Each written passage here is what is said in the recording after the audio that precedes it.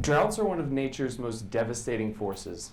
In recent years alone, crop loss as a result of drought has ravaged the economies of farming communities in California, left millions of people hungry in East Africa, and precipitated the crisis in Syria. And because droughts are expected to become increasingly severe as a result of climate change and growing populations, the need to develop drought-tolerant crops has never been greater. Fortunately, we're not alone in this fight. Plants in nature have been battling drought for millennia.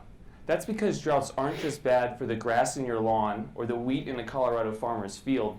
Droughts can cause extreme stress to plants in nature, and therefore can impose strong natural selection.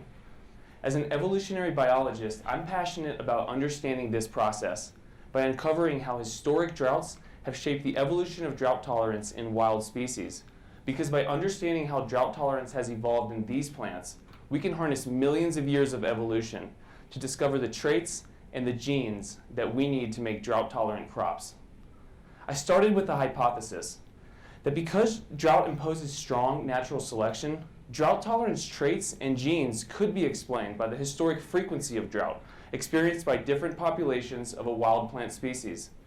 First, I used 40 years of satellite-detected data, over 3 billion data points, to create the first ever global map of historic drought frequency. Then, with this map, I looked at two traits, the timing of flowering and the efficiency of water use, among hundreds of populations of a wild plant species. When I looked at the relationship between historic drought frequency and these traits, I was fascinated by what I found. The results show that both of these traits, the timing of flowering and the efficiency of water use, have evolved in response to historic drought and are optimized to maximize growth while minimizing the risk of drought.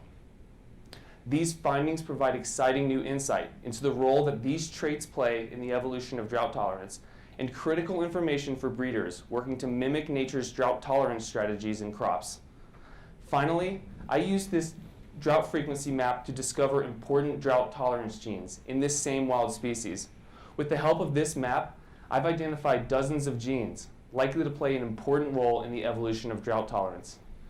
These genes are valuable candidates for targeted breeding of improved drought tolerance in crops.